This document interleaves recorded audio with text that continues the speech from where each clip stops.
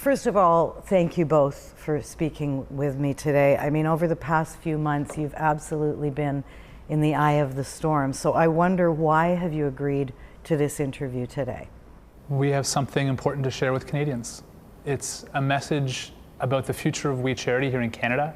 It's also a message of gratitude for the past 25 years of what they've enabled through our work, especially all the young people of Canada. So we wanted to share that message directly with them. And Mark, why don't you tell me then this significant shift that's about to happen in the We organization? Yes. We're going to be announcing today that we're winding down We Charity here in Canada. We started the organization back in 1995 when we were kids in Thornhill in our parents' basement. And this is our 25th anniversary as an organization. So this is an incredibly sad day for us as an organization, but an important one as well in terms of what we hope to achieve with the organizational resources for the future. Which will be what? We are going to be creating an endowment to help ensure that some of our most important projects can be protected. Some of the most important projects that we've collectively as a team have worked so hard to come to be, in a hospital in Kenya, a college, high school, some really critical initiatives that we want to save. We can't save everything, but under the circumstances of where we find ourselves and the eye of this political storm, we wanted to make sure that we were putting children first and protecting the projects that we needed desperately to do so. So it feels like such a drastic move. Why is this happening so fast? It's actually been something that's transpired over the past 7 months now. COVID-19 hit us very hard. Then the call from the government to help produce the National Service Project and the political process and the political freight train that unfolded after that. And we saw what was happening to our organization, but also what could happen to our partners and sponsors. And so we reached out to them to let them know that we didn't feel they should be dragged through the process. That resulted in a lack of funding. And the simple math is now the charity is spending more than it's bringing in. And so unless we take this action, there is a risk that we would spend down the funds that otherwise could be used for the endowment. So the most important thing for us right now is maintaining those projects around the world that cannot end. Like, those are literally, they save lives. They have to continue. And continuing the projects here in Canada online for kids. So we felt that this was the best action for children at this time. How big is that endowment likely to be then? I mean, if you have, what is it, assets that you're selling, $50 million by all reporting in real estate. Put it in perspective. Yeah, so it will be in tens of millions of dollars. We still have some debts that we have to pay off as an organization in that process. But that endowment is absolutely critical. So much has been lost in this process, in this political quagmire and the politics of the pandemic, but at least something good can come of it. And that endowment's the opportunity for us to do something. And again, we can't save everything, but this is what we do want to save, those projects, both at home and around the world. And here in Canada as well, we have 25 years of curriculum materials, activities for teachers. We want to make sure that that goes online permanently so teachers can have those resources for students. So this is our attempt to really do the right thing under the circumstances. We've done the math, and the simple math is, if we act now, what it would allow us to do is finish off the villages around the world that are not yet sustainable. They would reach the point of sustainability, and a number of key projects. So we have a hospital, for example, and it's the only safe place for a woman to give birth in the entire region in the western part of the state in Kenya where it's located. We have a series of boarding schools, and almost all the young women there have escaped the risk of early childhood marriage. There is a college for all young women in East Africa that has to continue. Food security programs around the world.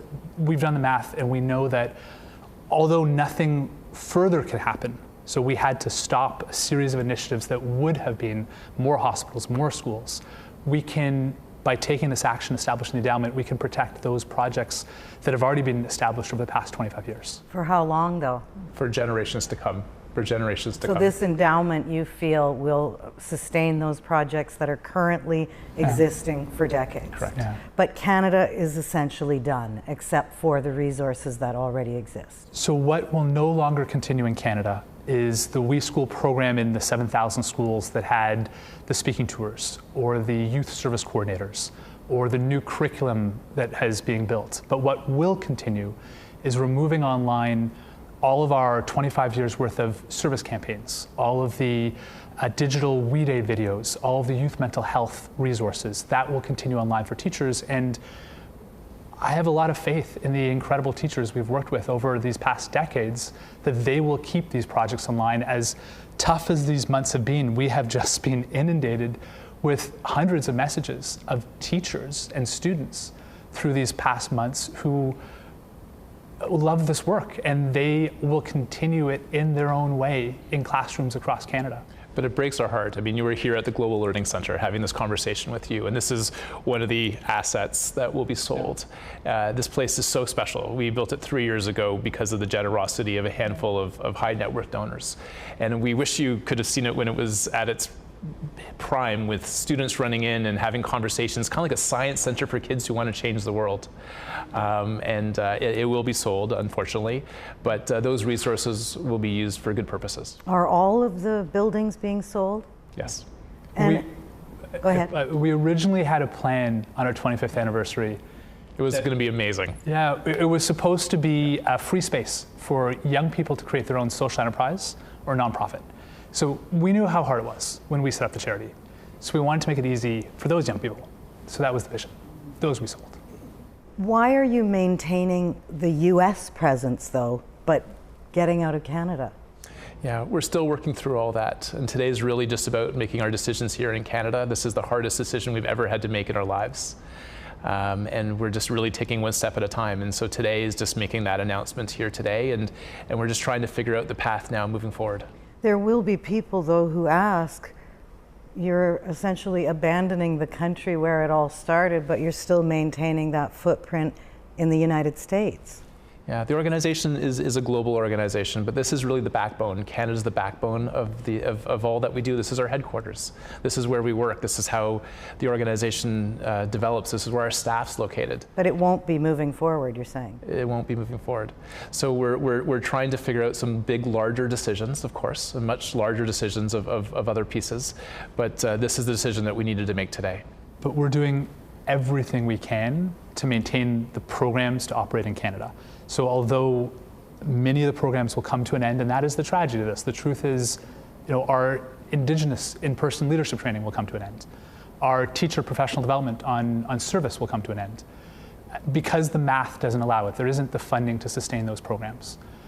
But by acting now, we can move online and digitize a whole bunch of other resources, particularly the youth mental health resources. That is one of the biggest things that youth draw from us. So we want to make sure that mental health service campaigns, there's a school, for example, in Hamilton, amazing school that every year did one of our campaigns, We Scare Hunger. One high school collected 1 million pounds of food for local food banks. Like, that's what we want to continue, and they can have that support through digital resources to make sure that that continues. What about me to we? What happens with the profit side of the business? So all that we've done has come to a halt at this point, including Me to We. Me to We has specialized in international volunteer travel, and that's of course no longer happening. We've gotten down to just a handful of staff at this point, and that's up for conversation as well. And just we're working with our advisors and our board, and one step at a time. And again, today is about the decision here in Canada, and we're heartbroken. But just to clarify, at this moment, the Me to We profit arm is not dead.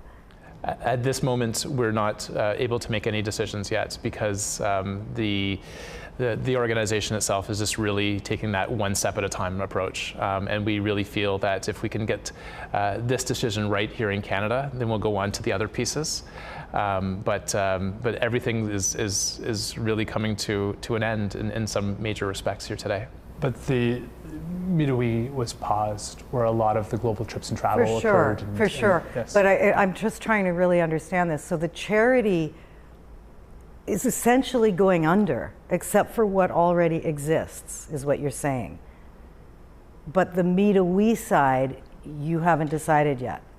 Me to We ceased to operate. It's no longer functioning. Well, the pandemic's not going to last forever, though. That's why I'm wondering. Yeah, but all of our global travel locations, we converted the camps to medical relief. So where people went to Kenya, for example, that's now hosting people who need COVID testing. So all those tents are, to be candid, covered in blood. We can't host visitors anymore. The artisan side went under when malls went under. Meadowy has provided 100% of all of its profits over all the years to the charity or reinvested to grow it to help the next fair trade farmer or the next woman artisan. And it was amazing. It provided, in an age where we're at a 30-year low in charitable donations in this country, it really helped to innovate to drive forth impact. But between the pandemic and between all of the politics that have unfolded in the past months, a lot of what we do is coming to an end. Let's climb into a little bit of that. I mean, it is truly overwhelming, the speed of this. If we look at the last year, you were an organization on the move, big plans for expansion, trademarks for everything from lip gloss to backpacks, and today the brand is toxic. And I wonder who you blame for that. There's no one to blame. This was a pandemic that hit the world that affected us. There was a rush to get a program out to try to help young people during the pandemic. There was decisions that were made, naivety on our side, a procurement process with the government, a political freight train that followed. And I think what's so tragic in all of that is 100,000 students never got their program, and it would have been a great program. And now the fallout is that We Charity, which has existed for 25 years, getting millions of kids in Canada volunteer for the first time in their lives. So much of this is coming to an end. But if you were, your documents show $66 million in revenue in 2019, which was a 53% increase over the last 5 years. It's difficult to understand where did that go? At the beginning of the pandemic, you laid over 200 people off in the early days. The speed even had your board of directors at the time saying, hey, what's going on? Let me see the books.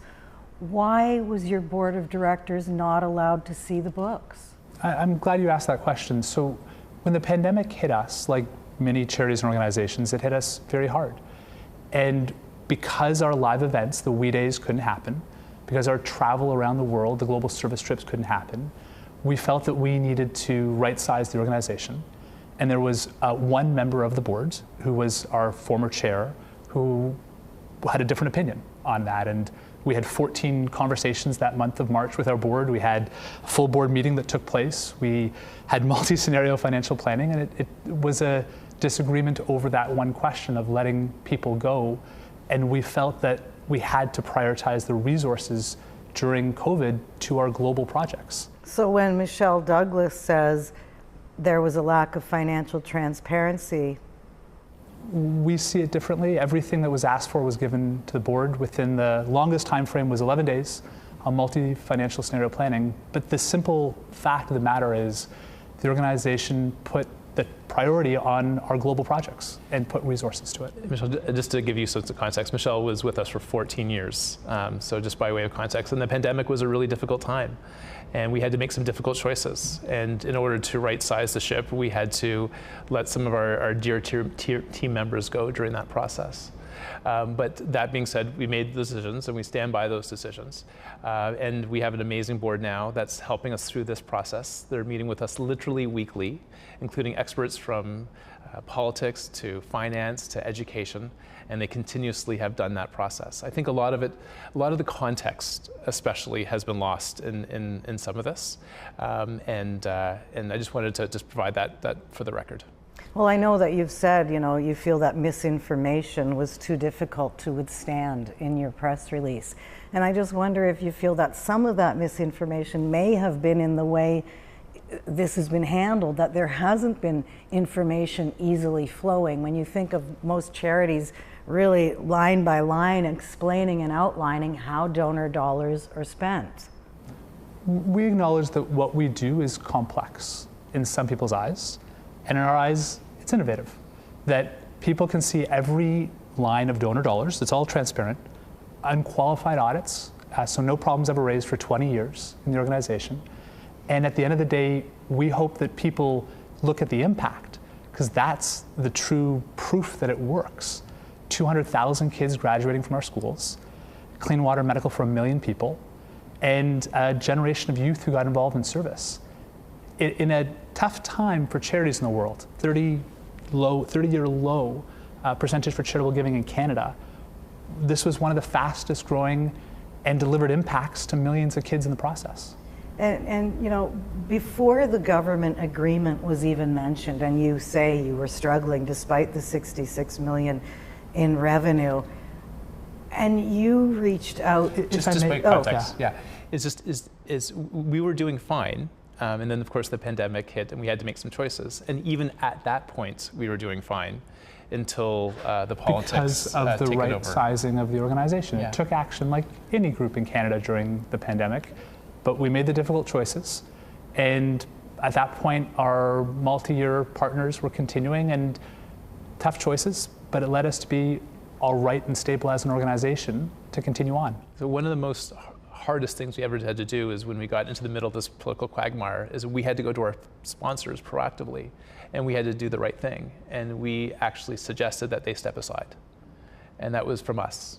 And that was the most important and hardest decision we've ever had to make, because we saw how difficult this was for us. We didn't want to drag them through this. So some of the sponsors that I've spoken with, I've learned that they also wanted to see the books when everything was sort of happening, shall we put it that way, and they were not allowed to see the books. So this is all of our audits are available online for any Canadian who'd like to see them, and we're happy to share them. So why do you think there seems to be this turning the screws on you two? I think that politics is a very tough sport, and I'll acknowledge our naivety in politics on this. That when we got the phone call from a government bureaucrat to launch a national service program, we never anticipated how the procurement process would unfold, and we never anticipated in the middle of a minority government that a political firestorm would unfold. And we were naive.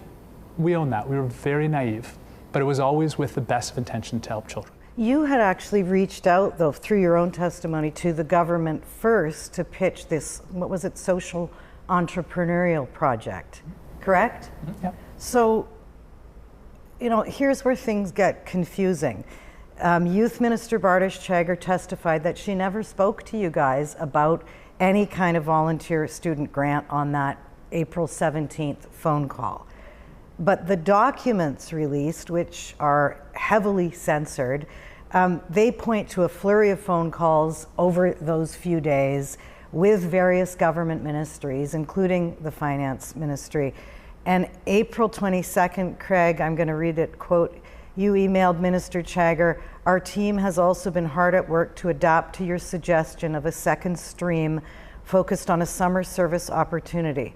So what was her suggestion? Yeah, Minister Chagger asked my advice during our phone call. That was the only time we had a substantive conversation. So it did come up then? No.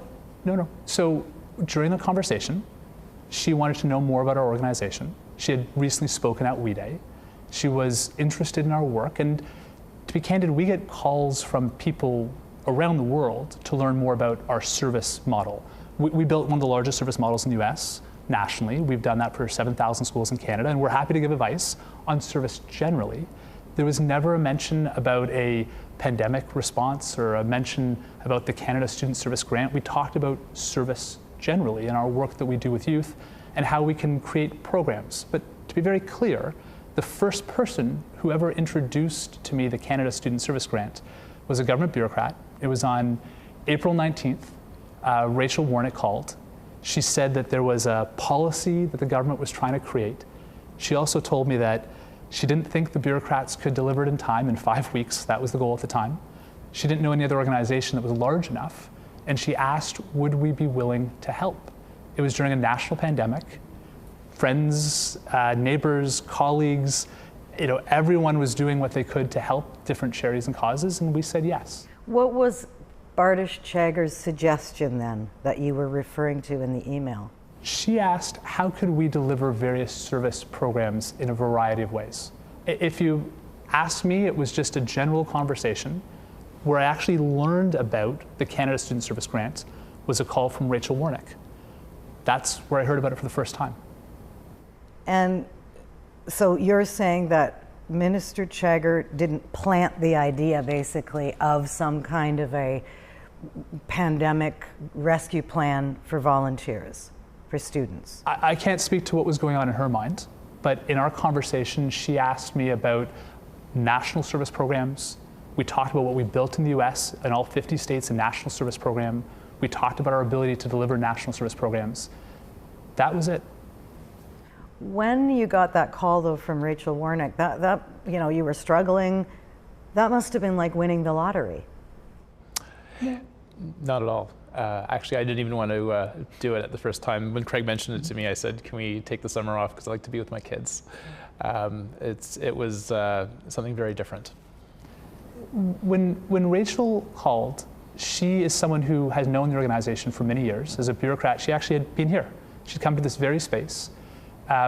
She had actually asked for advice over the years past. We've submitted documents and helped out on various programs because for 4 years now, the government has been trying to build a national service program, and they haven't succeeded on the scale they were hoping.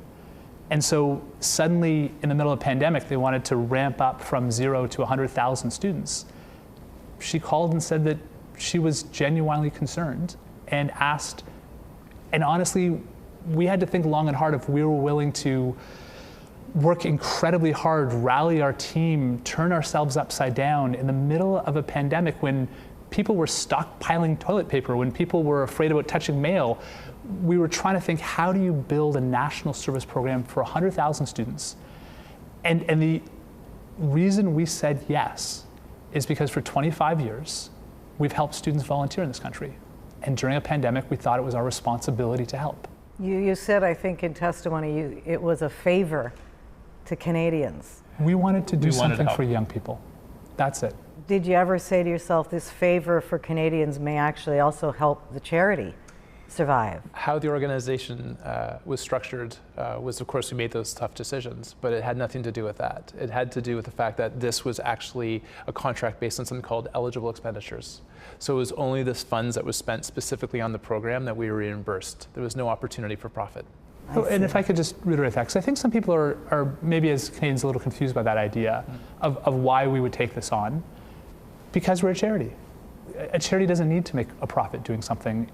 Even if just our expenses were covered, it was still the right thing to do because it would help 100,000 students do service work. Well, charities would give their eye teeth for a contract like this from the government, and I think there is a lot who are, maybe it's, you know, professional jealousy, but they wonder why you guys have had such great access to the government. And on that, you know, did you ever sort of have red flags yourself, given the links with the Liberal government, with Justin Trudeau himself and Bill Morneau? To be candid, in the middle of a pandemic when we got the phone call and asked to help, we didn't think about politics.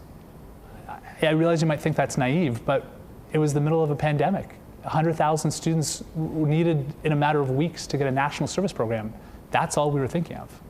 So you've just said that you've done, and we know that the much smaller projects, government projects over the years. So given the size of this one, did it occur to you that a no bid agreement was going to come with massive scrutiny? You want to hear something funny about how rushed this was? We didn't know the size of it until the press announced it. That's when we found out the size. This is how rushed it was during a pandemic to get this program out. And I wish, in hindsight, that the government had a different procurement process, and I wish we pushed them to have a different procurement process. But in the middle of a pandemic, we were asked to help, and we said yes. But you said that Minister Chagger and Rachel Warnick called you for advice. So to be clear on that one, Minister Chagger spoke at We Day in Ottawa, and we agreed that we'd have a conversation thereafter. This was months before the pandemic ever started. It just took that long to schedule. I realized. So it's just coincidence that on April 9th, you send in a proposal on this social enterprise idea And then you get a phone call from Minister Chagger. We had a scheduled call later on in the month, and the proposal that we sent in was an idea on how we could be helpful that came from a conversation with another government individual. And that proposal had actually been floating around for a few years with the government. It didn't come to pass, but we thought it was a good proposal to be helpful during the pandemic. Did it surprise you that she was asking for your advice? We've gotten phone calls from politicians, academics, people around the world about our service programs. To provide context, we run one of the largest US service programs. It's in all 50 states. We run the only on transcript in the US recognition of service program when you apply to college. We built one of the largest service programs in Canada in 7,000 schools. And I think that's what's gotten lost in this. This program actually worked. When it launched, the Canada Student Service Grant, within 1 week, we had 35,000 youth apply, 60% from diverse backgrounds, every province, every representative corner. 83 nonprofits were part of the coalition to deliver the service opportunities. All of that was lost for 100,000 students this summer. Largely because information came out that we had paid the Prime Minister's mother, the Prime Minister's brother. I think it's largely just because of the politics of the pandemic. Yeah. We were in a situation whereby the bureaucrats asked for assistance. We put up our hand and we said yes. And then we created quite an amazing, remarkable program. And it never saw the light of day. To take a moment on that, I have no regrets about engaging Margaret Trudeau to help support the organization on our mental health. 1 in 5 Canadians suffer from mental health. But she'd been a champion for mental health for decades, but really was only brought into WE when she was the mother of the Prime Minister. So on some level, was there also you guys capitalizing on that relationship? Margaret Trudeau's awareness as an advocate for mental health rose in that process. She spoke to many of our audiences. She raised an enormous amount of funds to support the charity, and that funded K through 12 national mental health curriculum. To be very candid, I actually lost my sister-in-law from mental health issues. So I have no regrets on building a national mental health curriculum with Margaret Trudeau's support. I regret that the Prime Minister and Finance Minister didn't recuse themselves, but I have no regrets about building a national mental health curriculum with their help. Did you? I mean, obviously they didn't think of it, recusing themselves, but weren't there red flags? I've asked you this before, but were there red flags for you guys, knowing you were communicating with Bill Morneau in emails? Hi, Bill. It was obviously a close relationship. Did you ever think we're vulnerable here? Did you have any overseers saying we're vulnerable? In the middle of the pandemic, when we were asked to help, in the rush, and you might say that was naive, but in the rush, we did our best. Now, I wish in hindsight that we had pushed the government to have a better procurement process. I wish in hindsight that we had pushed the government on that point. But we had one focus in a matter of weeks to try to build a national program for 100,000 students, and that's where all our energy went. And former Minister Morneau, by the way, was our local member of parliament. And he's somebody who, indirectly supported the organization as our local member of parliament. So it was just a relationship that we had largely in that context. On the point of former Minister Morneau, I want to talk a little bit about how that all unfolded the day he popped up with his testimony. And I guess, what was it, July 21st, he wrote an invoice for $41,366. How did that work? Did he contact you guys and say, is there an outstanding bill, or how did that work?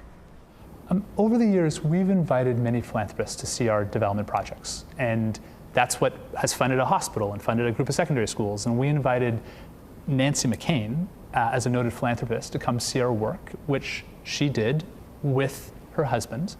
They gave $100,000 to the organization after, which more than covered any costs of just hosting them. They just stayed with us. And we were contacted and had a conversation with the minister's office where he asked, was this a complimentary trip? And we said yes, that this is what it was. And the $41,000 has actually been really misunderstood. It obviously didn't cost the charity $41,000 to host him 2 nights. He stayed with us in room and board, but he asked what could be the maximum amount that could be incurred for someone to have a similar experience. And so he actually asked us to up the number, and that was the number that we agreed on that he gave to the charity. The day before he testified,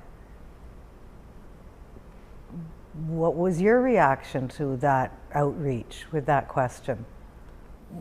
I defer to the minister on that. So he then, the morning he testifies, says out loud to everyone, this morning I wrote a check for $41,000, and I think collectively the country's jaw dropped because you see why the timing looks so strange. I understand. I have no regrets hosting him at our projects, then donates $100,000 to the charity.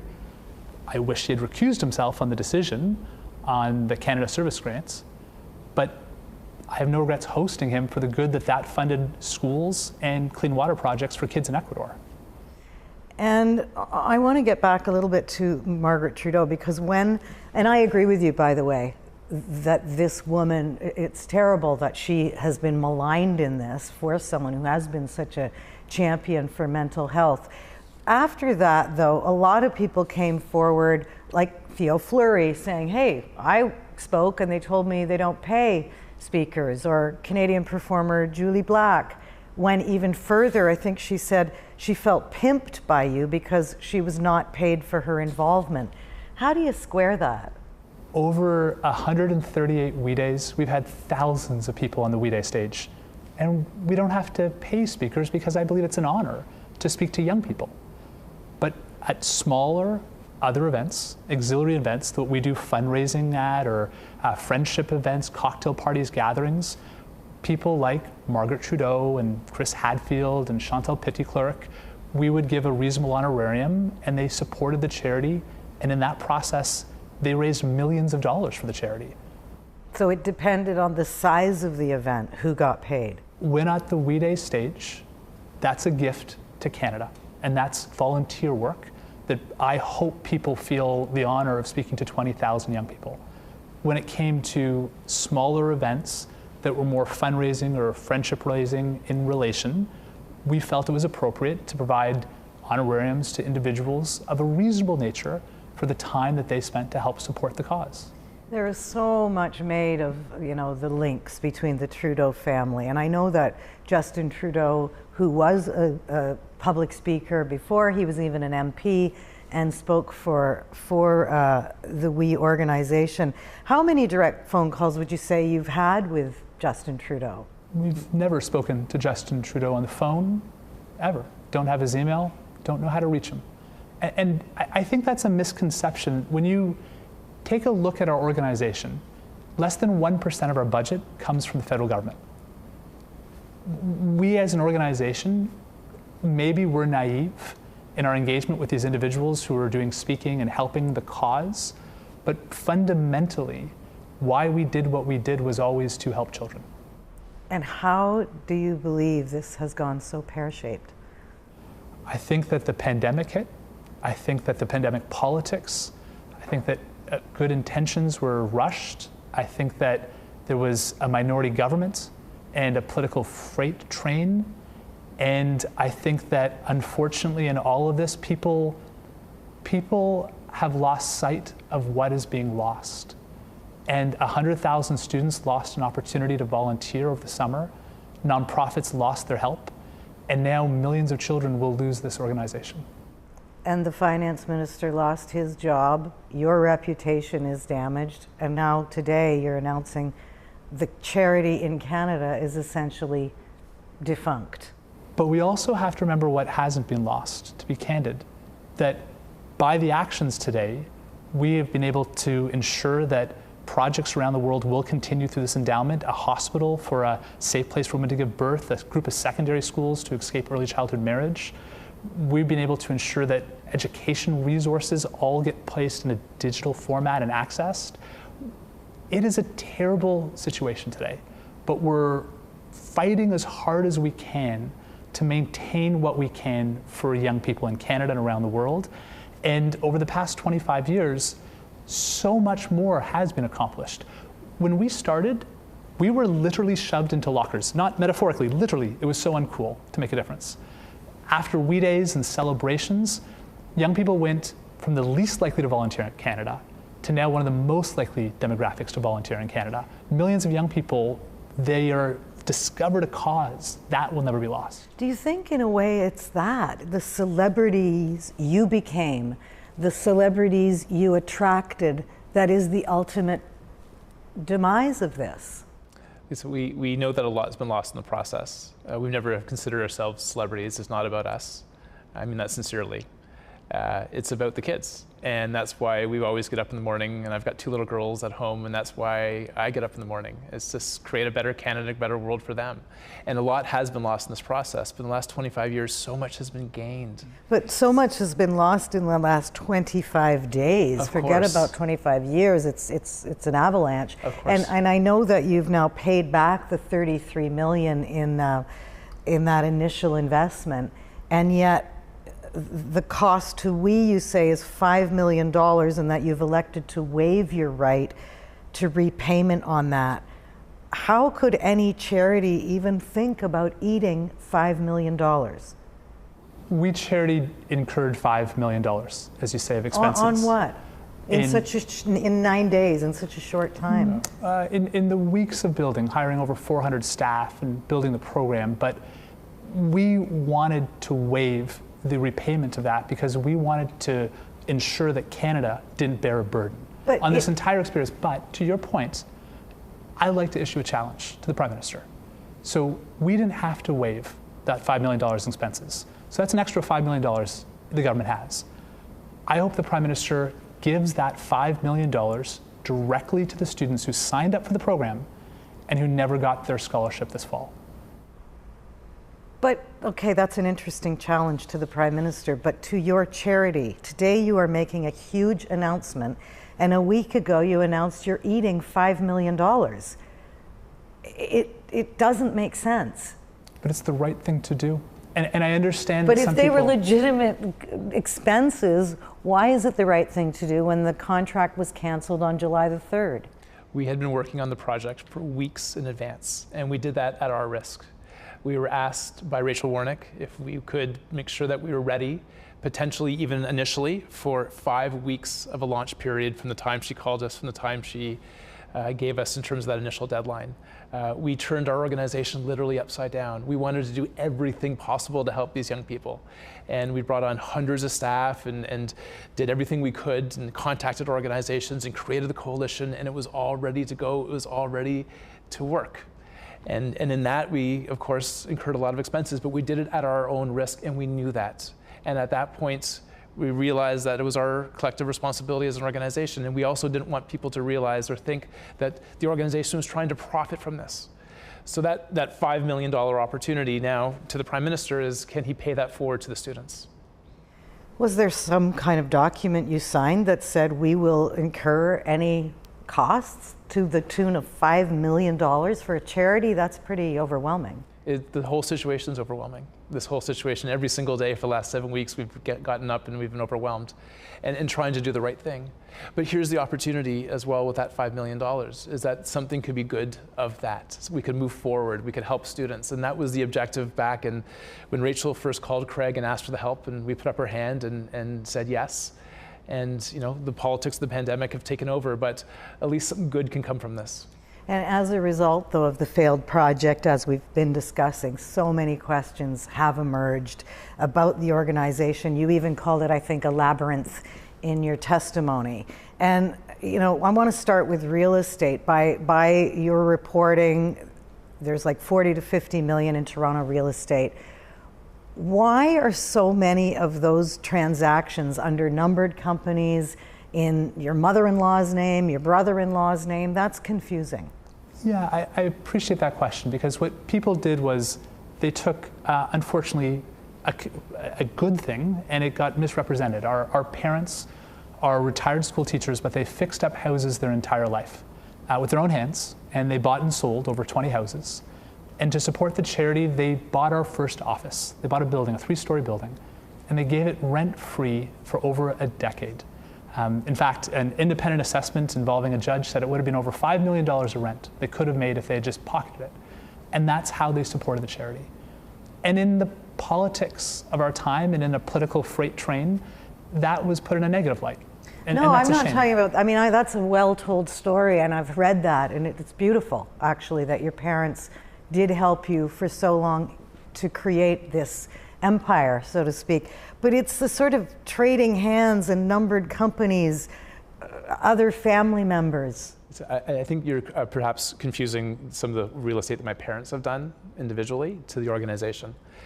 The organization here, in terms of what we've been able to do, the real estate's on this block. And it's just the adjacent building, it's this building and a number of adjacent buildings. And the goal was to create a new center for young people to be able to come and to have a chance to receive free rent and start their social enterprises. And again, a lot's been lost and lots of misinformation here. But what some of the members of those who are looking into this have taken, personal assets of my parents, and they've continued to do real estate transactions and put them all under this larger umbrella, which is not accurate. So the simple fact is, it's actually all very transparent. It's online. All of the financial statements of the charity online. All of the, when people say complex entities, it's actually not. There's only 2 entities that are ultimately But you called exist. it a labyrinth. I acknowledge that some people see it that way, but in my mind, there's a charity that was set up over 25 years, and I'll acknowledge that in 25 years, we added a charity on mental health. We added a charity on youth scholarships. They all have the same board that ultimately has the oversight and responsibility. It's all the financials are online. It's all transparent. Do you think, though, on some level, it is the blurring of the line between the for-profit and the charity that has, on some level, caused this moment today? We're incredibly proud of the social enterprise. This created 1,800 jobs for women around the world. This was celebrated by Ernst & Young Awards, the Skoll Award for Social Entrepreneurship. Forbes called it one of the great innovations. And then when the politics hit, it was put under a different light. But the simple fact is, instead of giving a person a fish, it taught people how to fish. It created jobs for women, and 100%, all the profits, went to the charity or got reinvested. This is something in an age of declining donations. We need more social enterprise. Instead of street canvassers, instead of mass marketers, we should help fair trade farmers. We should help women artisans. We should create these type of programs. So we're incredibly proud of that. So when Charity Intelligence reports in 2019 that 7% of the charitable revenue went to Me to We, the private company, what do you say to that? Well, it's not a private company. It's a social enterprise that's very transparent and declares information online. And it was for the purchase mostly of trip scholarships for young people over the years to help send youth overseas to do volunteerism. That's a great thing. And then you also have to look at the millions of dollars, far in excess, that are given back through Me to We to the charity. It's incredibly innovative. And again, it's been lost in this, and a lot of individuals, groups, for their own political purposes, have shared this in an incorrect manner. I think if you ask the ordinary Canadian, do we believe that charities should only be funded by telemarketers and street canvassers and mass mailings in today's day and age? Or do we like the idea that a woman who's a fair trade farmer should have the opportunity to sell her product, and we can get her a high price for it? No one else made money in this, just the woman and the social enterprise supporting the charity. That's it. I think a lot of Canadians say that makes sense.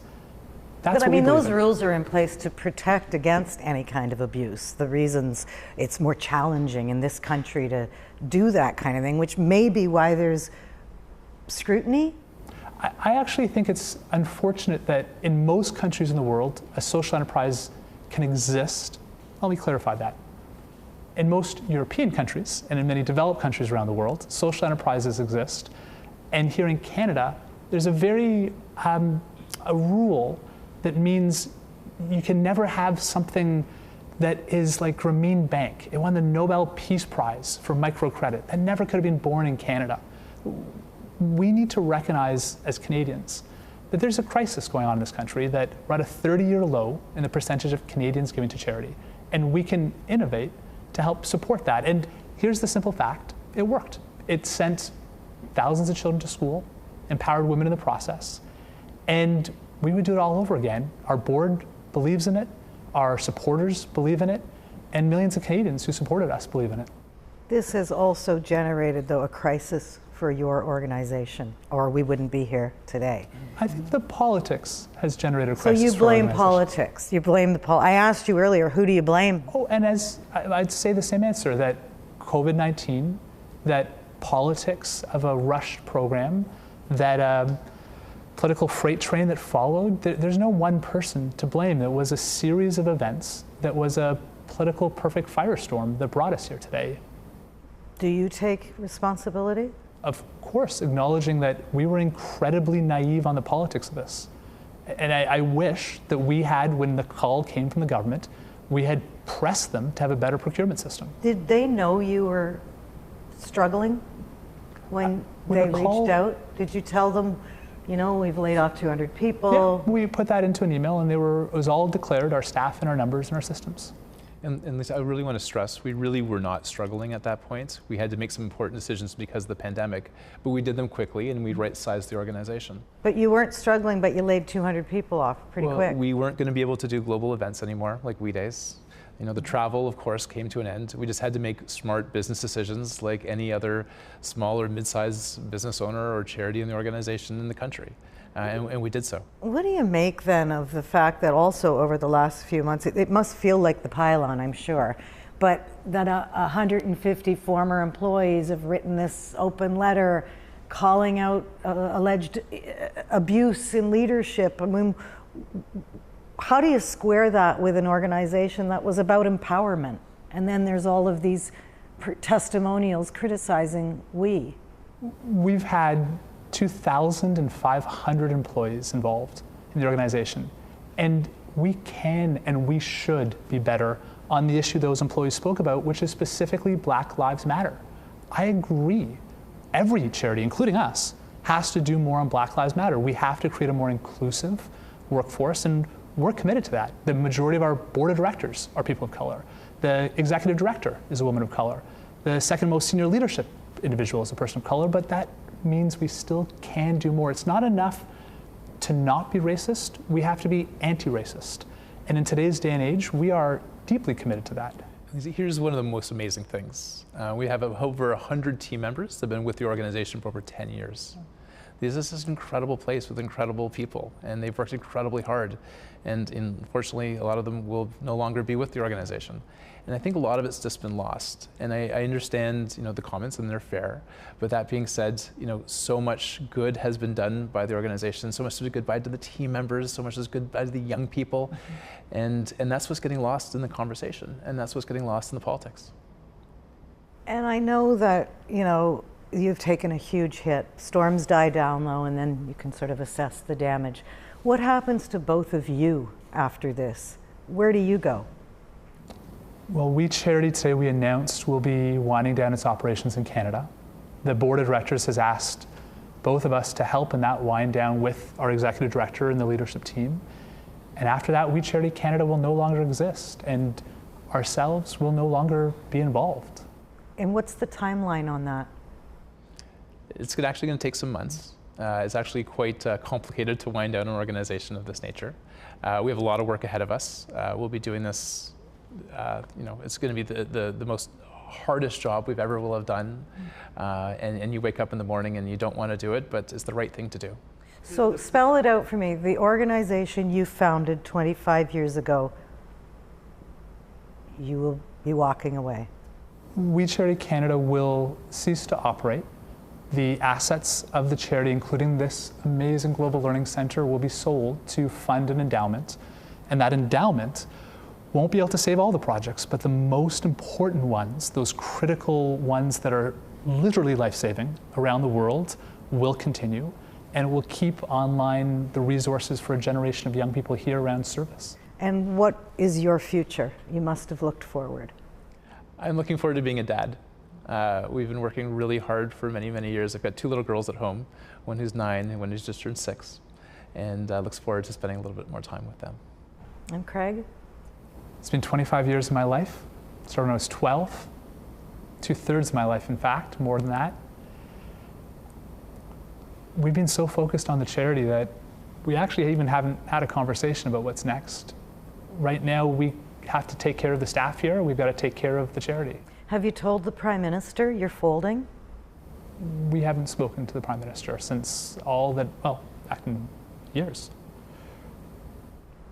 But what about the We is going to survive in the United States? Will you run that?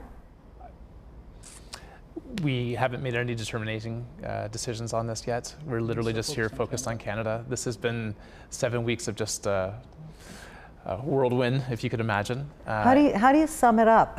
A company, an organization that started with foreign focus to do good, and it's a domestic project that is the downfall. We Charity always had two parts to its mandate, and I think this was not always understood by Canadians, all Canadians. We Charity had two parts to its mandate. Number one was helping young people to volunteer here in Canada. We were teenagers when we started, and we couldn't find other groups that would help us. And the second part was the global side, the clean water and health and medical, and that reached 1 million kids around the world. So the two parts of the organization were what made us unique. Children helping children. But when the legacy is written in the history books, it is a government contract that's bringing you down.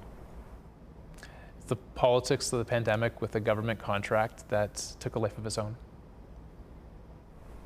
And as a result? As a result, we needed to make sure that we made the right choices. We needed to make sure that all that we've worked so hard for the last 25 years would be protected. And we needed to make sure that we were doing the right thing and making sure that we couldn't save all the projects. The projects that were really most important to save could be saved. Do you blame the Liberal government? Listen, I wish that the certain politicians had recused themselves, but there's no one we blame. This was a pandemic. It was a political process. It was a rush to get an initiative out the door. We were naive on the politics. I just wish in all the politics, people thought about what was being lost. Will you maintain any of the buildings? No. How many are we talking? Well, it's a complicated question because they're actually merged. The two buildings like this are actually merged. So, to answer your question, we had this space, which is two buildings merged into one, across the way. They will all be closed. When we started this year, we had a dream of opening a free space for youth-led nonprofits. That's what we were supposed to be celebrating. But thanks to the incredible generosity of those sponsors, so I've spoken personally to every sponsor who's enabled these buildings to be purchased, and they are still 100% behind the charity and all that we do, and they are 100% behind this endowment to ensure that kids internationally get access to the support they need, and here in Canada can keep getting online some of these service programs. And finally, who will be the overseer of that endowment? You will have no role in that endowment. An independent board. Is that accurate? You will have no role in that? An independent board will be created. You know, we're stepping away, but an independent board will be created in the proper processes, and they'll make the decisions on who should be on the board and who should be involved. And to be candid, that's beyond our pay grade. That's a board process that needs to be created. Being volunteers for We Charity for the past 25 years has been the greatest privilege of my life. And this is... So today, how must you feel? Devastated. You know, this was not how... A children's charity that has helped millions of young people volunteer for the first time in their lives, has helped over 1 million people with clean water and healthcare around the world, 200,000 kids go to school.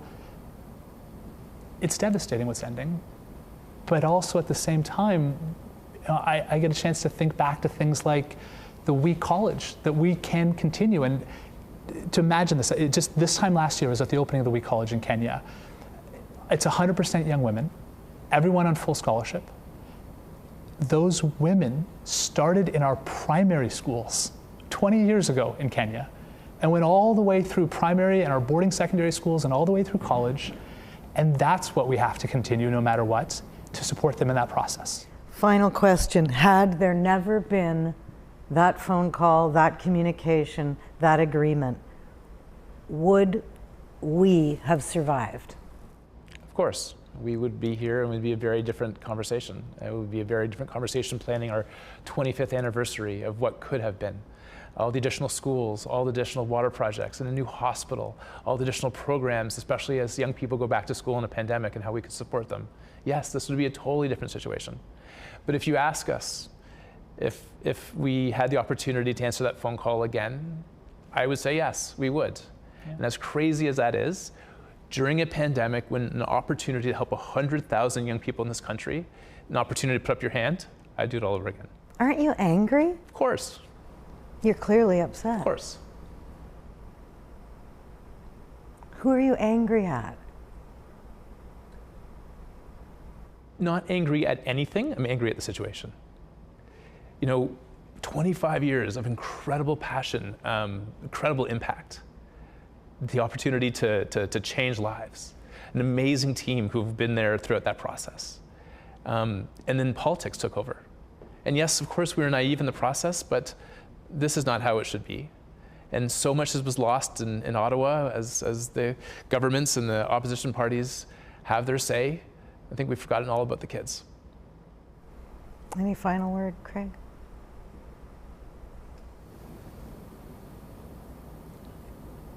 As we're sitting here in this Global Learning Center, the final thing I would say would be to the next 12-year-old out there who grew up through the organization, attended the Wee Days, had a club in their school.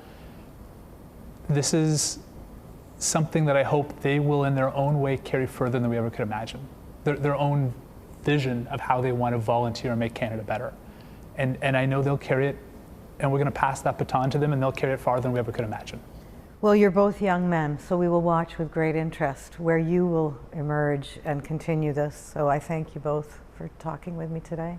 I appreciate you coming down to see this place and how special what took place here was.